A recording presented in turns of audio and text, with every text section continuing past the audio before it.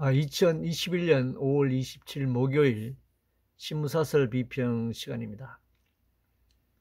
제가 전체 제목, 대표 제목으로 김오수 검찰총장 후보를 수사하라 이렇게 붙였습니다.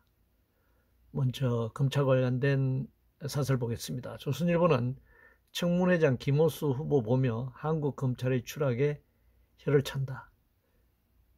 중앙일보는 김오수 후보자 도덕성, 중립성 모두 부적격이다. 동아일보 정치적 중립 우려 못 싣고 정관 특혜 논란만 키운 김오수.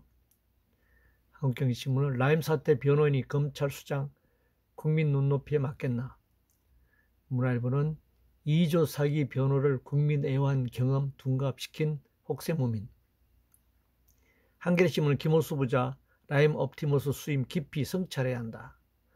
경향신문은 라임 옵티머스 관여 안 했다는 김오수 소명 충분한가. 경향을 한겨레를 빼고는 다 부정적입니다.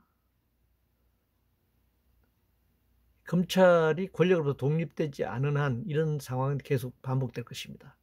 권력이 자기에게 유리한, 자기의 권력형 비리를 수사하지 않을 자기 편, 자기 사람을 총장으로 심을 것이기 때문입니다.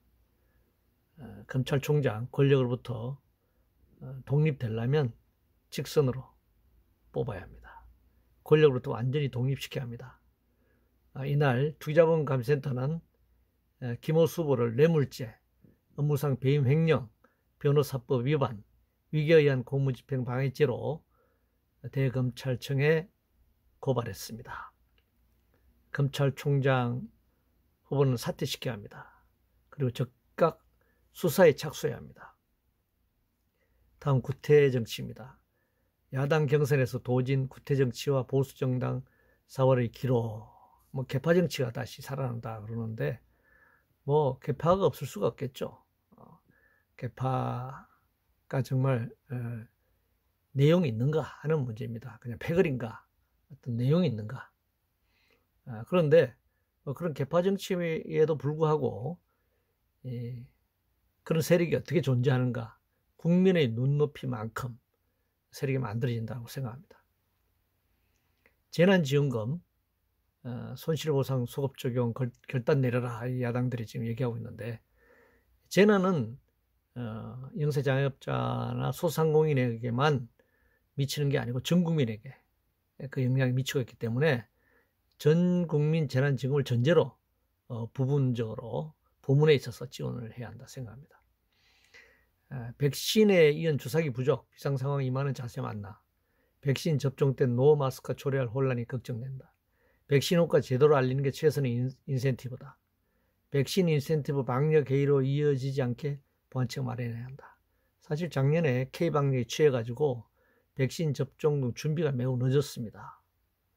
그런데 지금은 접종률 높이기 위해서 이제 OECD 국가에서 끝에서 세 번째로 접종률이 지금 낮습니다. 10% 수준인데, 인센티브를 지금 말하고 있는데, 사망이라든가 사지마비 등 여러 가지 후유증에 대해서 정부가 연관성이 없다, 방역당국이 연관성이 없다라고만 말하고 있습니다. 이런 주장은 국민의 생명과 안전을 책임져야 할 정부의 무책임성을 넘어 굉장히 위법한 태도다 이렇게 생각합니다. 정치 관련 15개월 만에 청와대 여야 회동 구동존의 자세로 정례화해야 한다.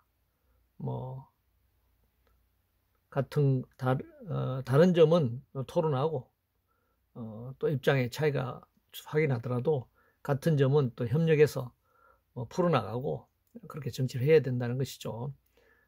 그런데 여야가 이렇게 안 만나고 있는 건 그냥 여당이 통치하는 거죠. 정치가 아니죠. 매일이라도 여야가 머리를 맞대고 토론하고 논쟁해야 된다고 생각합니다. 소주성, 소득주도 성장, 실패하는 4년 걸렸다 그랬는데 더불어민주당 송영길 대표가 최저임금 인상된 건 잘못된 거다 이렇게 이제 얘기했는데 말도 안 되는 소리를 지금 하고 있습니다. 소득주도 성장이라는 슬로건 자체가 논리적 모순이죠. 소득으로 성장되는 것이 아니고 성장의 과실이 소득으로 분배되는 것이죠. 최저임금 인상 산입범위 확대까지 해가지고 실제 4년 평균하면 박근혜 정권 때보다도 인상률이 낮습니다. 그 수준밖에 안 됩니다. 특별히 높은 것도 없습니다.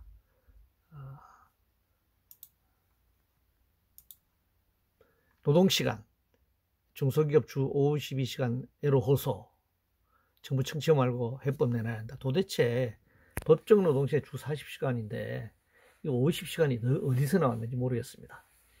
본래 1일 8시간, 주 5일 주 40시간 이고 노사가 합의했을 때 12시에 연장할 수 있는 거, 그걸 합해서 52시간까지 가능하다 그런 것인데 이게 왜 52시간을 이렇게 주장하죠? 노동 착취 경제 구조를 타파해야 된다고 생각합니다. 노동 시간을 연장하는 것은 당연히 노동력을 더 착취하겠다는 것입니다. 규제 완화, 허물어지는 현실과 가상 경계 메타버스서 성장 기회 잡아라. 뭐 메타와 현실 초월하는 메타와 세계를 또 유니버스가 합쳐서 메타버스란 이제 가상 신조어가 이제 만들어져 있는데 이것은 인공지능과 차세대 초고속 통신망, 가상현실, 증강현실 등 4차 산업혁명 기술을 기반으로 구현한 3차원의 가상현실을 이제 말하는 것인데, 뭐, 이런 신산업에 대해서 무조건 규제 완화를 얘기하고 있는데, 자본주의 진전 단계에서 기술 발전과 함께 산업구조는 항상 변하기 마련입니다. 규제 완화라는 이름의 착취와 수탈, 그리고 불법과 탈세를 허용하라. 이제 그런 걸 압박하고 있는 겁니다. 부동산 관련해서 중앙일보는 특공, 국정조사 거부한 민주당 민심 두렵지 않나. 부동산 죽비 낮고 50일 지나도록 정책 갈피조차 못 잡은 여당. 오세훈의 재개발 규제 완화 정부가 뒷다리 잡지 말아야 한다. 박원순 족쇄푼 오세훈표 재개발 정부 실패 극복 계기다. 계속 부동산을 얘기하고 있습니다. 부동산 정책으로는 부동산 실패로 귀결될 수밖에 없다고 저는 계속 주장해 왔습니다. 주택정책, 주거정책, 토지와 주택의 공개념에 입각한 주택정책과 주거정책을 외면함으로써 발생하는 불가피한 현실이죠.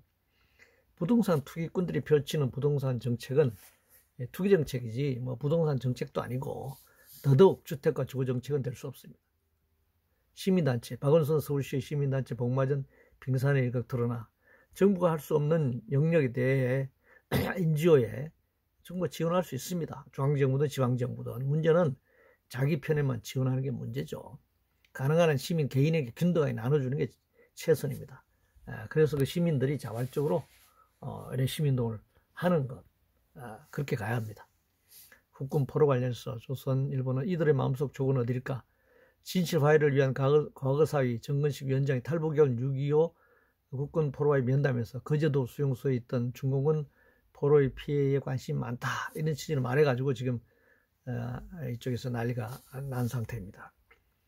자, 이념적으로 한국전쟁이 끝나지 않는 상황을 지금 반영하고 있는 것입니다.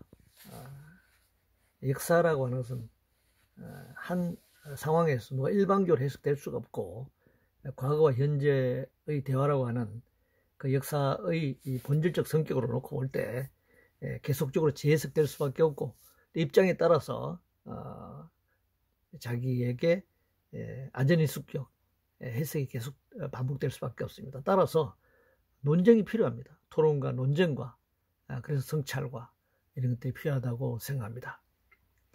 이상으로 2021년 5월 27일 목요일 신문 사설을 통해서 바라보는 정세에 대해서 비판적으로 바라봤습니다.